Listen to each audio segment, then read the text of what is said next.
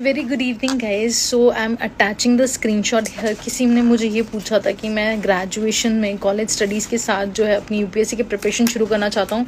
सो मुझे एक time table suggest कीजिए।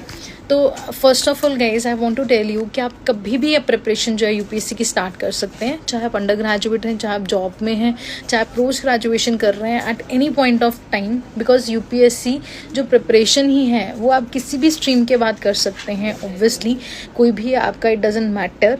ये +2 वालों का भी जो है आपका एक क्वेश्चन रिजॉल्व हो जाता है। आप कोई भी डिग्री कीजिए, हर एक स्ट्रीम से जो है यूपीएससी में जो है टॉपर्स निकलते हैं। सो गाइस, अब बस इतनी चीज़ का ध्यान रखिएगा, जब आप अंडर ग्रेजुएट जो हैं आप चीज़ें स्टार्ट करने वाले हो, तो मेक श्योर कि आप बहुत ही ज़्यादा कंसिस्टेंट हो अपनी चीज़ों को लेके और अपने गोल से कभी भटक मत जाइएगा। बिकॉज जल्दी स्टार्ट करने का ये एक ड्रॉबैक ज़रूर है।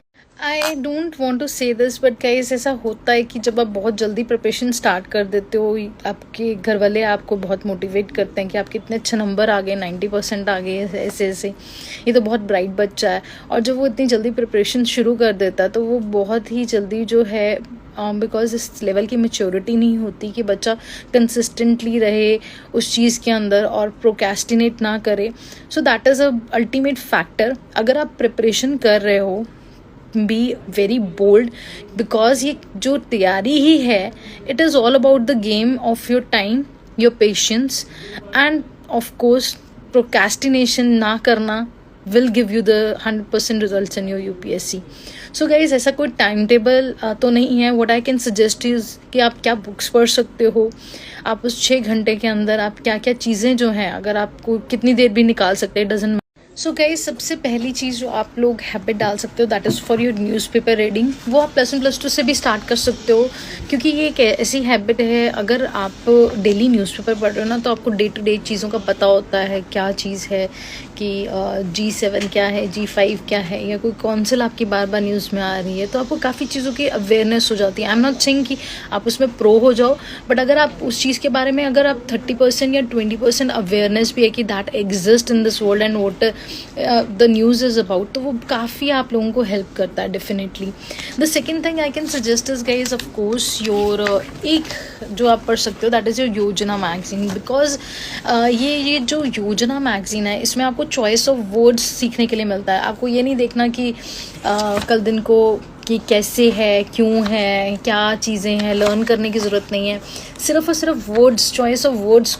इनिशियली जब आप कोचिंग नहीं ले रहे हैं, अगर आप अंडर ग्रेजुएट हैं तो आप कोचिंग भी ले सकते हैं, पर अगर आप कोचिंग नहीं ले रहे हो तो गाइस, सबसे पहले ये चीज़ याद रखना कि अभी इनिशियली आपको सिर्फ चीज़ों को समझने की ज़रूरत है। आपको सब कुछ लर्न नहीं करना। मैंने बोल दिया अगर योजना, तो ऑब्वियसली ये आपको लर्न नहीं करना होता।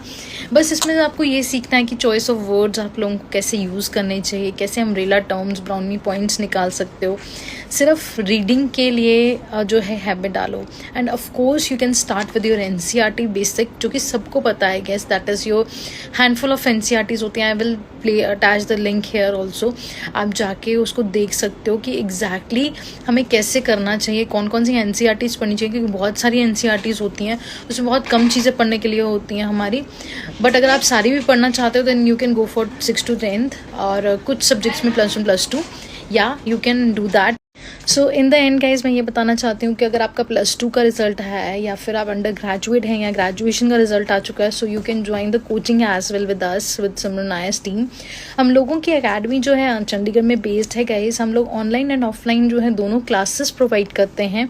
Since 2009 we are working. आपको कॉन्टीन्यूस सपोर्ट प्रोवाइड किया जाता है गाइज थ्रू योर मटीरियल, चाहे वो टाइप्ड है, चाहे वो आपका लर्न मैम ऐप्स के थ्रू है। क्लासेस में आपको हर तरीके के हम लोग जो है असिस्टेंस प्रोवाइड करते हैं। आपके टेस्ट सीरीज से लेकर आपको बस इंटरेक्ट करना है टीचर्स के साथ, and you will be sorted for your preparation obviously.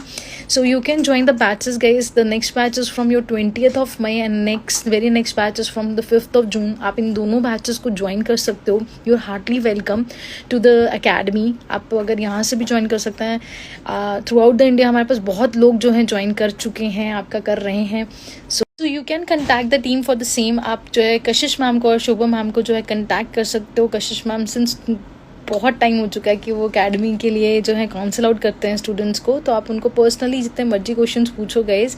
सो ये आपका नंबर है, you can call her and she will assist you through out the journey of your UPSC। Welcome, God bless you all.